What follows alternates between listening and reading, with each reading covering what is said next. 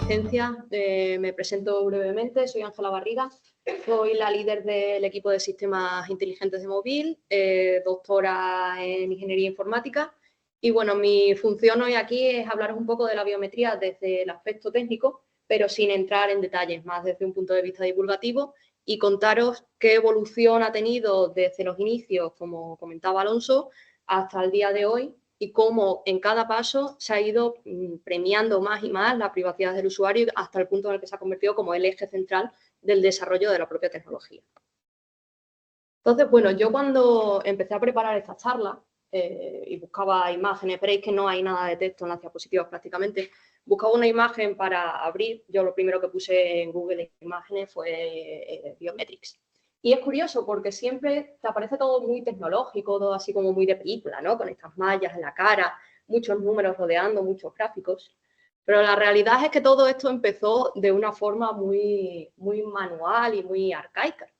Los inicios de la biometría empezaron con la antropometría y lo que se hacía era tomar medidas manuales de las personas, medidas de la cara, diferentes medidas del cuerpo, con el objetivo de identificar a personas en distintos ámbitos, sobre todo temas de cárceles y demás. La realidad actual es muy diferente, ya no tenemos a una persona interactuando directamente con el usuario, con la persona de la que se va a tomar la biometría, sino que directamente es ese usuario, esa persona, la que interactúa con un sistema informático, en este caso la mayoría de las veces una red neuronal, y se extraen una serie de patrones numéricos que son los que identificarán al usuario. ¿Cuál es la principal diferencia entre el pasado y el presente? Bueno, que como se puede observar en el pasado, los datos del usuario y quién era el usuario en sí estaban estrechamente relacionados. Ahí podemos ver quién era esa persona y, bueno, no se pueden distinguir exactamente bien las letras, pero ahí tenemos su edad, su altura, qué diferencia tiene de un ojo a otro, la relación con respecto a la nariz, la boca, un montón de datos que hacen muy fácilmente trazar a esta persona y saber cómo es su conjunto biométrico e identificarlo directamente. ¿Cuál es el panorama a día de hoy? Bueno, pues esto es una captura de un vector biométrico extraído directamente desde uno de nuestros productos. Y como veréis, esto no hay quien lo entienda. O sea, esto lo ve una persona y es imposible saber qué hay aquí detrás. Aquí están los rasgos faciales de alguien, pero lo que nos devuelve una red neuronal es como una lista de 500 números, 300, según el sistema que se utilice, pero esos números no se corresponden directamente con rasgos de la persona. Es decir, no tenemos que la posición 1 sea la ceja de aquí, ni que la posición 2 sea la distancia relativa entre los ojos con la nariz, nada de eso. La red neuronal se encarga de extraer datos muy complejos, como correlaciones, por ejemplo, entre la variación de la textura de la cara, la zona del hundimiento del ojo, cómo se relaciona con las cejas. Son cosas que nosotros como seres humanos no podemos extraer directamente, ni viendo la cara de un individuo, ni viendo estos números.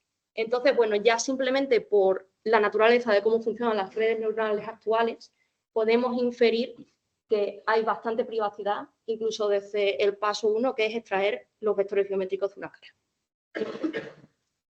El resto de la presentación os voy a ir comentando, como decía al principio, un poco un timeline de cómo ha ido evolucionando la biometría, ¿vale?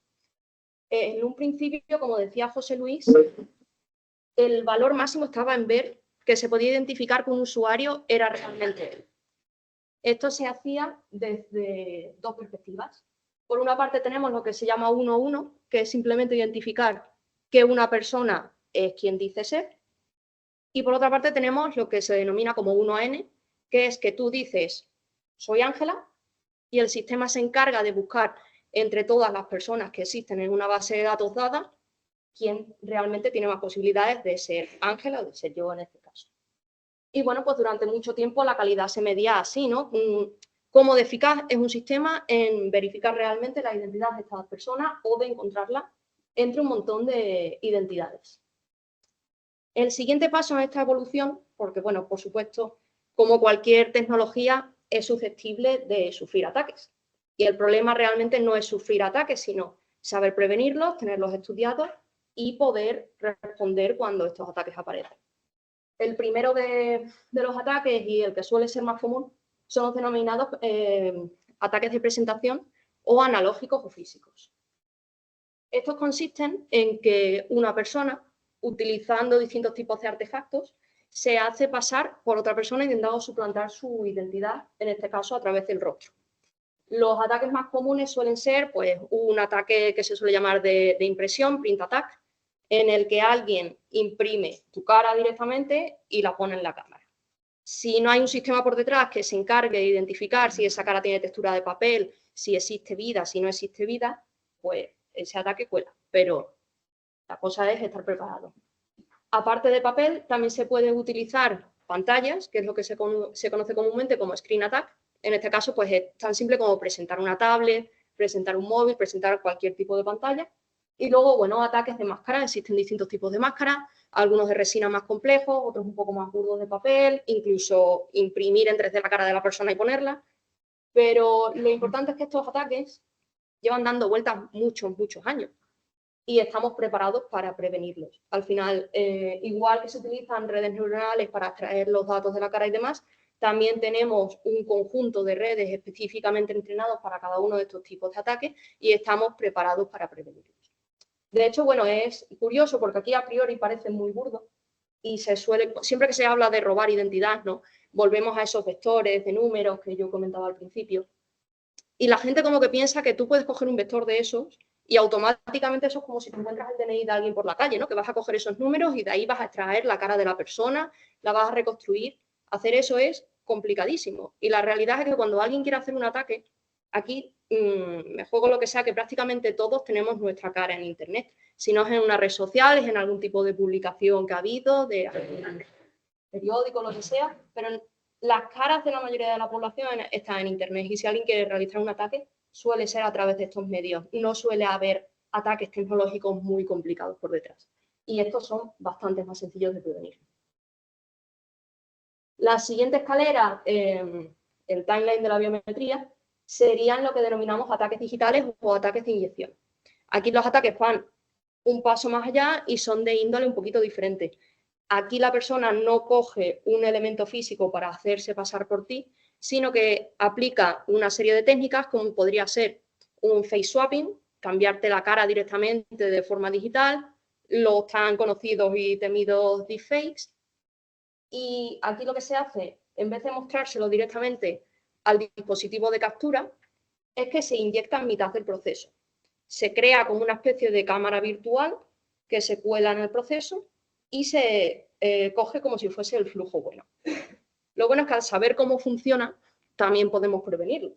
Por una parte, se pueden utilizar de nuevo redes neuronales para detectar cuando una cara es falsa, porque aunque para nosotros, por ejemplo, cuando vemos un deepfake, es algo que muchas veces dices, wow, como impresiona mucho, ¿no? Y pasa como algo fidedigno.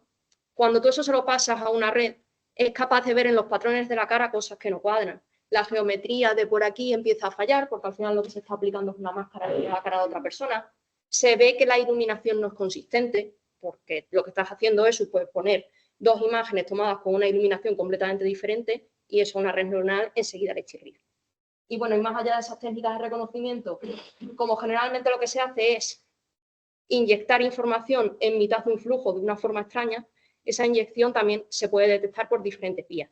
Al final hay protocolos de cifrado de la comunicación que si se tienen es complicado que se llegue a inyectar algo. También se pueden detectar a través de metadatos cuándo se está utilizando realmente el dispositivo de captura que se tiene que estar utilizando y no otro diferente. Entonces, bueno, es un campo que parece que da mucho miedo, pero que realmente también estamos preparados y nosotros en nuestros productos también tenemos vías para afrontarlo. Y bueno, el siguiente paso, por variar un poquillo, lo hemos llamado estándares, evaluaciones y certificaciones. Con esto lo que queremos decir es que en un principio la biometría se medía sobre todo en términos de pruebas internas.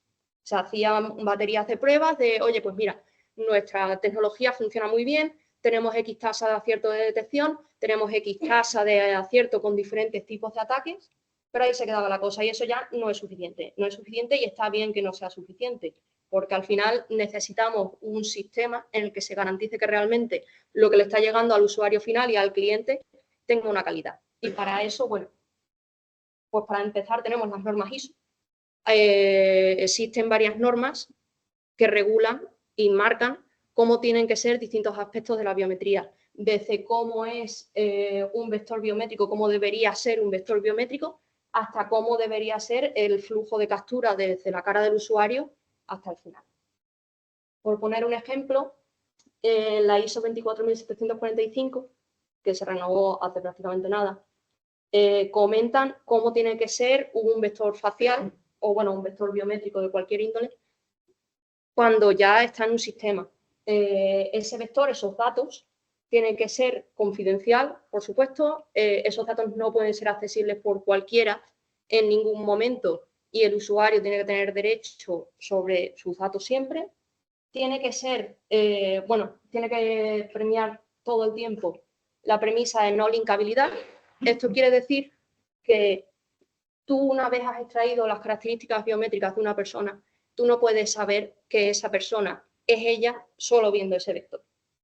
Por ponerlo muy simple, volviendo a los números del principio, si solo tenemos esos datos, es muy, muy complicado trazar de nuevo que eso corresponde a fulanito.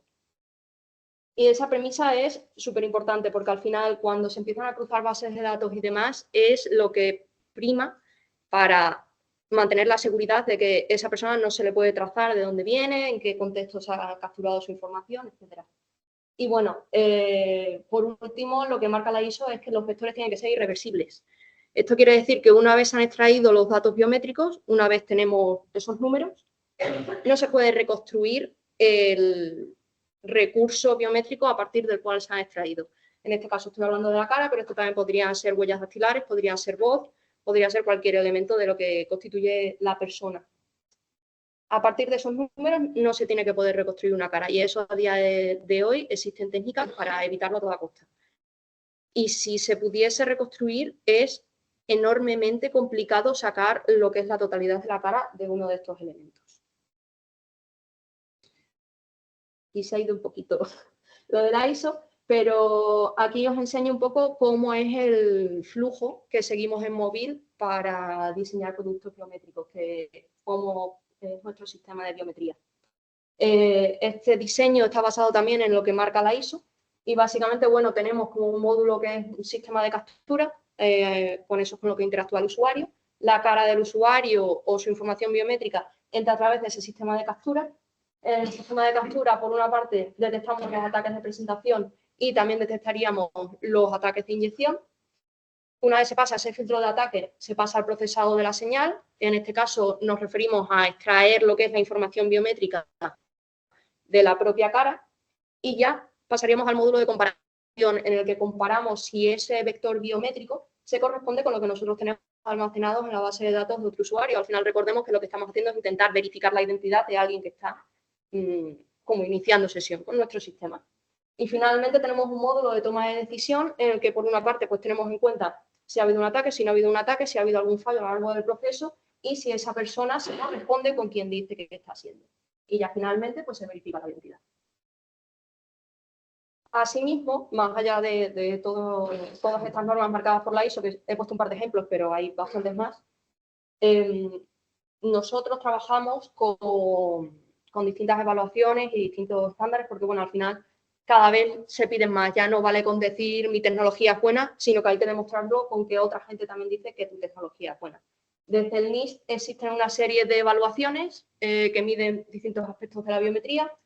Lo que comentaba antes de identificaciones 1 a 1, identificaciones 1 a N, medidas de calidad, medidas de prevención contra ataques de distinto tipo. Y bueno, desde móvil las pasamos regularmente, no nos conformamos solo con pasarlas, sino que cada X tiempo las renovamos para seguir estando arriba en el ranking. Y es una forma que tenemos las empresas que nos dedicamos a la biometría de decir, mira, alguien ahí fuera nos está diciendo que lo que tenemos realmente funciona y funciona como debe hacerlo.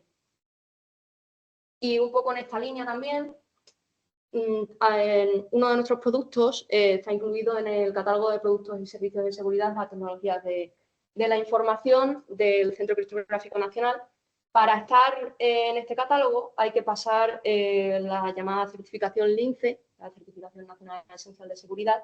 Y bueno, todas estas cosas al final son capas que deberían servir para fomentar lo que es la confianza del usuario y bueno, de de las instituciones en general, que realmente esto funciona. O sea, estos centros, estos servicios no van a ir dando certificaciones y van a ir incluyendo servicios en un catálogo que se puede utilizar estos productos en temas públicos, cuando realmente si se estuviese robando la información del usuario o si se estuviese haciendo un uso indebido de ello. Entonces, bueno, todas estas cosas van sirviendo de capa para aumentar la confianza, ¿no?, de este tipo de tecnologías. Y por último, tras todas estas capas, está como lo que sería un poco la línea actual, ¿no?, que es lo que hemos denominado Privacy Preserving Biometrics, que es que la privacidad del usuario está en el eje de todo. Y para ello me gustaría hablar un poco de lo que llamamos criptobiometría. Con criptobiometría nos referimos a sistemas criptográficos de los que lleva viendo toda la vida de encriptación y demás, pero lo que se utiliza es la propia cara, los propios factores biométricos del usuario para llevar a cabo esa encriptación. De tal manera que un usuario simplemente con su factor biométrico y con una contraseña que ponga él, aquí devolvemos un poco de control al usuario, ya no es solo el usuario haciendo sí y todo se va haciendo de forma pasiva por detrás, que por una parte está muy bien, pero por otra hay gente como que le asusta, ¿no?, que esto escapa totalmente a mi control. Pues bueno, este tipo de sistemas, más allá de tu cara, te permite controlar con qué contraseña quieres cifrar tus datos y con qué contraseña quieres que se lleve a cabo toda esta seguridad extra.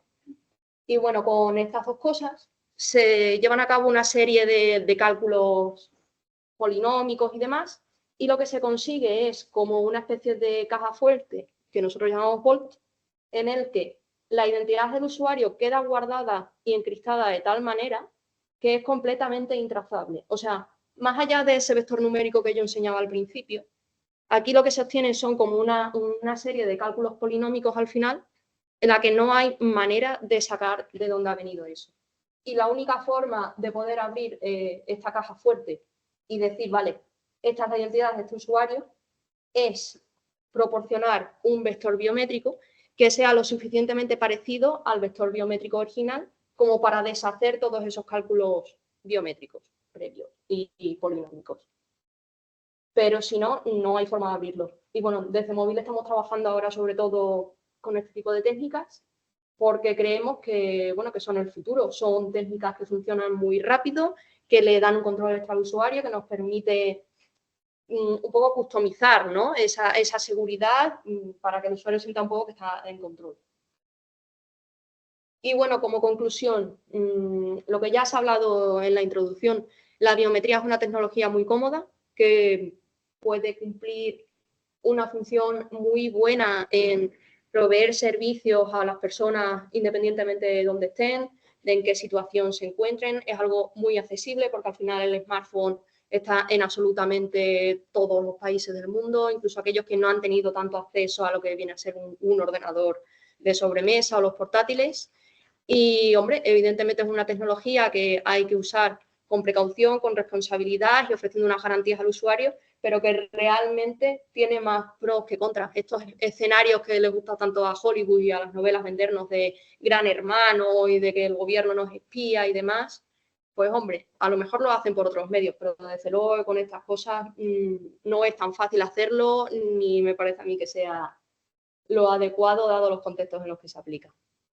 Pero bueno, eso es todo por mi parte, espero que os haya resultado interesante y muchas gracias por estar atentos.